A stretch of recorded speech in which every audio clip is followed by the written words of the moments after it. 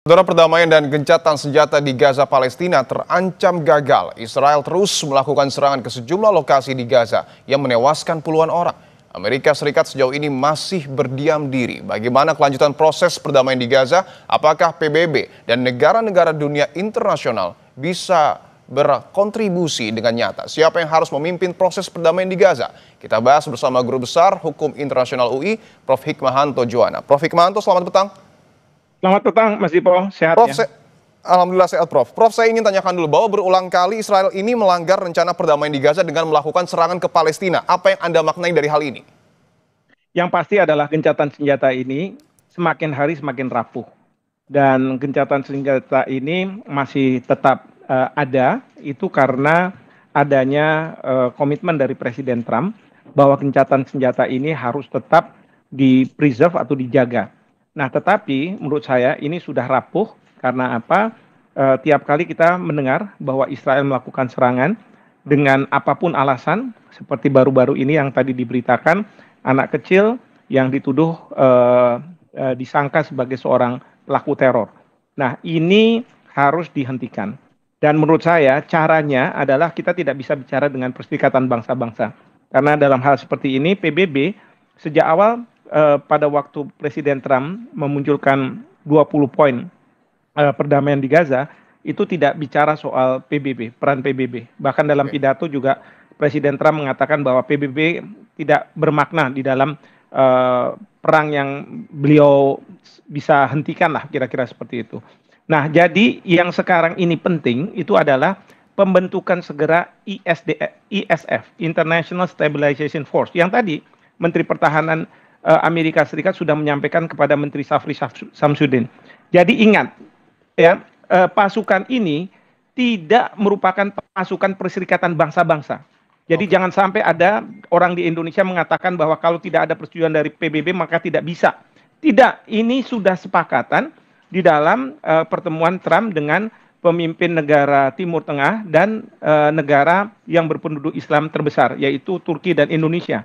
Dan Indonesia sudah berkomitmen 20.000. Jadi nggak ada urusan dengan Perserikatan Bangsa-Bangsa, ya. Jadi ini sangat menyesatkan kalau misalnya ada yang mengatakan bahwa kita harus dapat persetujuan dari Perserikatan Bangsa-Bangsa dulu untuk mengirim pasukan perdamaian. Bukan itu intensinya. Baik, tapi begini Prof, bahwa gencatan senjata yang kemudian sebelumnya juga diinisiasi Amerika Serikat, tadi Prof juga sudah menyebut bahwa sudah rapuh. Di sisi lain, Amerika juga mengatakan bahwa peran PBB tidak bermakna. Lantas siapa yang kemudian harus dan mampu memimpin proses perdamaian di Gaza?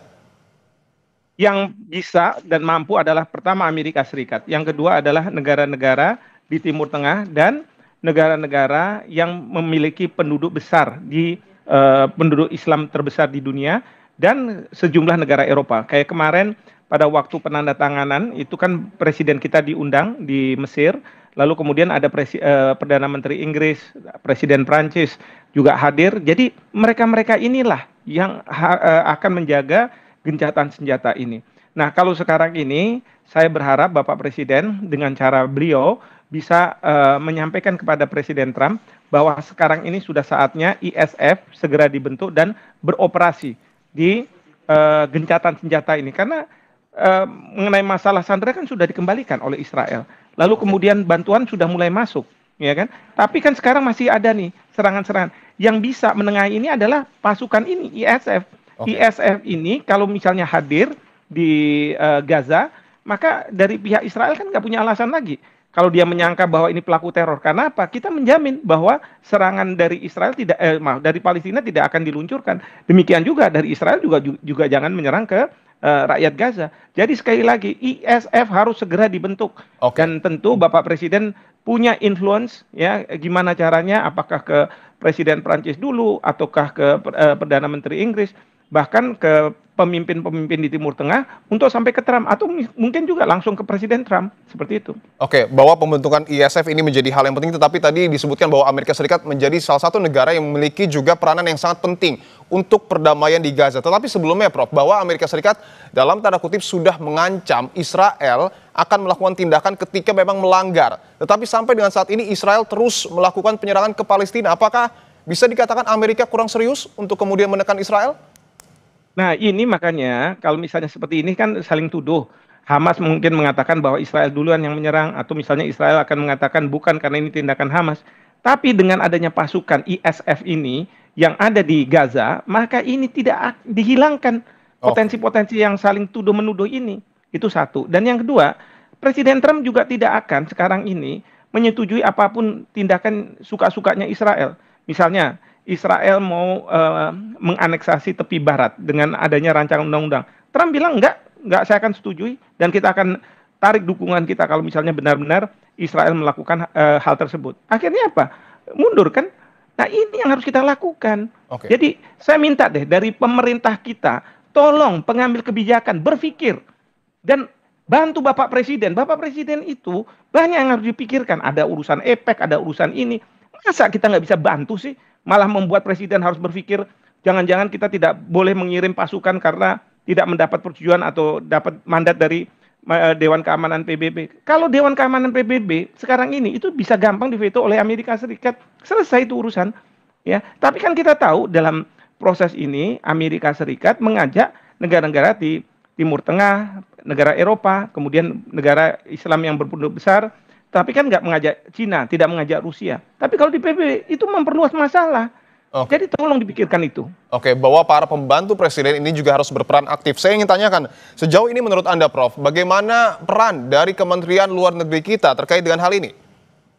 Ya, Kementerian Luar Negeri tentu harus menyiapkan segala sesuatunya. Saya juga tidak tahu persiapannya seperti apa, tetapi kita tidak perlu ke Dewan Keamanan PBB, jadi kita tidak perlu misalnya perwakilan kita di New York untuk berbicara mengenai masalah ini. Justru yang kita minta itu adalah perwakilan kita di Amerika Serikat.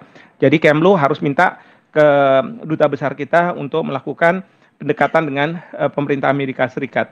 Lalu kemudian juga ke pemerintahan negara-negara di Timur Tengah. Lalu Kementerian Pertahanan harus bilang bahwa kita akan kirimkan ada tidak adanya resolusi dari Dewan Keamanan PBB, ya. Dan kemudian juga pasukan TNI juga harus sudah disiapkan 20.000 nih janji Bapak Presiden, dan jumlah 20.000 itu tidak kecil, yaitu sangat besar karena Amerika hanya berkomitmen sampai dengan 200 pasukan. Sementara dari Timur Tengah mungkin juga ada beberapa lagi.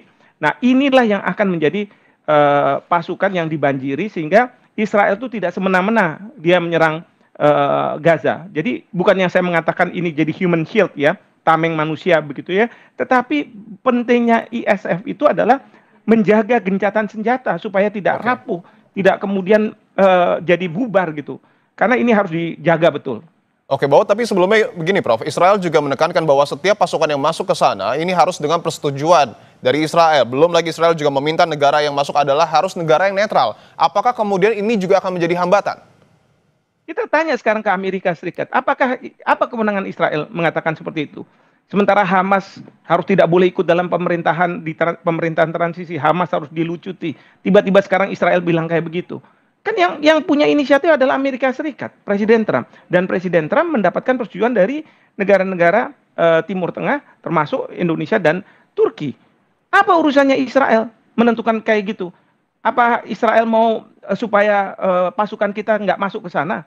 Ya, kalau misalnya dalam konteks PBB, memang betul PBB akan mengundang pasukan dengan catatan dua negara yang saling berkonflik itu menyetujui. Tapi kalau yang sekarang ini lain, konteksnya bukan PBB. Jadi ada pejabat kita yang bilang ini harus dapat persetujuan dari PBB. Menurut saya itu salah, ya, itu salah. Ya, jangan membuat presiden jadi pusing lagi, mundur dari langkahnya.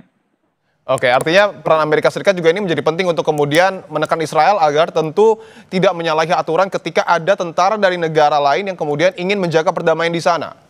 Betul sekali, itu Mas Dipo yang saya harapkan. Jadi pasukan kita itu bukan sebagai tameng manusia, tetapi yang membuat dari pihak Israel enggan untuk menyerang, dan Israel sudah tahu bahwa kalau sudah ada pasukan ISF dari Indonesia misalnya atau dari mana negara, dia yang memastikan bahwa tidak ada serangan-serangan dari Hamas ke Israel. Karena itu yang dijaminkan oleh Bapak Presiden ya di dalam pidatonya terkait dengan keamanan Israel, kami yang menjamin. Masyarakat internasional maksudnya. Oke, terakhir Prof, mungkin apa yang kemudian harus dilakukan oleh pemerintah Indonesia dalam waktu dekat untuk kemudian mengantisipasi turbulensi yang kemudian terjadi di Gaza agar tidak semakin parah?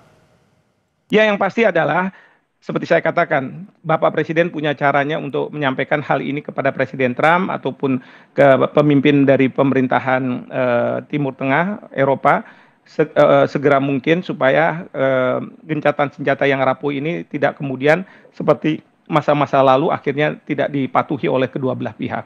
Yang kedua, pasukan TNI kita harus sudah disiapkan ketika komunikasi dari Kementerian Luar Negeri dan perwakilan kita di luar negeri yang berkaitan untuk membicarakan bagaimana ISF ini segera hadir di Gaza, dan kemudian juga keempat, bantuan-bantuan makanan, minuman, dan obat-obatan segera masuk, bahkan kalau perlu Kementerian Pertahanan mengerahkan pasukan kesehatan ada di Gaza untuk mengobati rakyat Palestina yang ada di Gaza. Oke, Demikian. Prof, saya ingin tanyakan lagi, perlukah Indonesia kemudian menggandeng negara-negara yang memiliki sikap yang sama untuk berbicara kepada Amerika Serikat? Jika perlu, negara mana yang kemudian paling memungkinkan untuk bersuara bersama dengan Indonesia? Ya, itu bisa dilakukan seperti dengan Prancis, dengan Inggris, lalu dengan Mesir sebagai co-chair pada waktu Mesir kemarin, lalu dengan Turki, karena di New York waktu itu Presiden Trump berdampingan dengan Presiden Turki, lalu kemudian juga pemimpin dari Arab Saudi, UAE, untuk membicarakan masalah ini, termasuk juga Yordania, dan kemudian menyampaikan kepada Trump bahwa ini penting sekali karena serangan-serangan yang dilakukan oleh Israel ini sudah membuat gencatan senjata yang rapuh ini semakin rapuh dan bisa-bisa ini tidak akan tegak gitu kira-kira. Dan tentu kita semua mendukung perdamaian yang kemudian terwujud di Gaza. Terima kasih Guru Besar Hukum Internasional UI, Prof. Hikmahanto Juwana telah bergabung di Kompas Petang. Terima kasih. Saudara, surat kabar Inggris The Guardian menyoroti perkembangan pembangunan